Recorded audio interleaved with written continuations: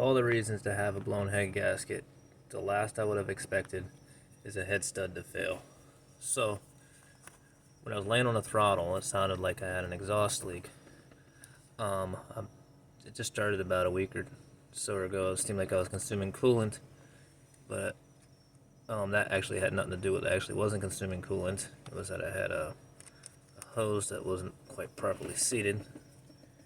But there's a stud broken off inside. Hoping maybe I'll get lucky to buy me some time. I can get that little bit that's sticking out there and try to thread it out and put it in at least a stock head bolt for now to get me by for a little bit. I'll order some parts because this is kind of my daily. I know it's stupid to take your daily and drive it like a race car, but I don't usually. But you know, I live in an area where there's Teslas and Lamborghinis everywhere, and usually the Tesla people, they like to not let you over because they have great acceleration, and my truck can actually accelerate them, but apparently under that kind of load I must have lifted the head and snapped the bolt. This is Xotic brand head studs, and I won't be getting any more of these studs because I'm not even done where I want to be. I'm probably at about 800 horsepower right now. Not really sure, but that's what I'm guessing.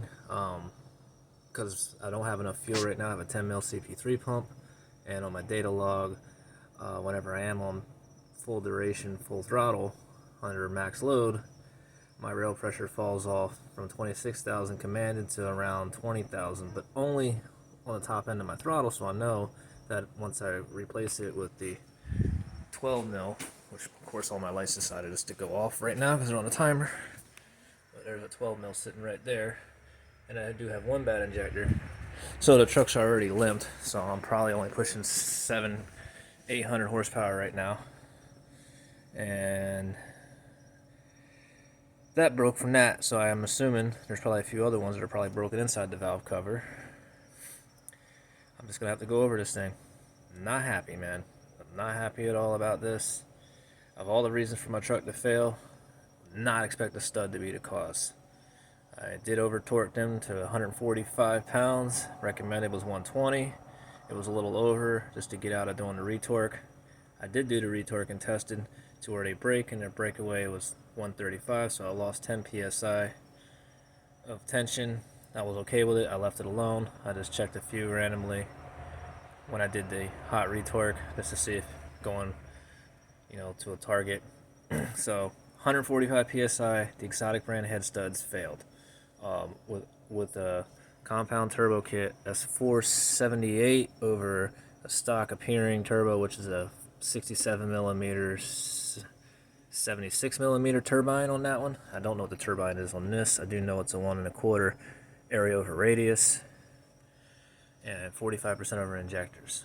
I know, dinky ass injectors, but if my pump can't keep up, they're probably flowing more than that. Alright, man, that's what I got to say about that. Another shitty video. I keep trying to get into these race forums so I can find events, but I guess I wouldn't be able to participate anyway with my truck breaking the day before the event that I had signed up for. But I have a month to get this right. I'll have this fixed over this weekend. Thanks for watching.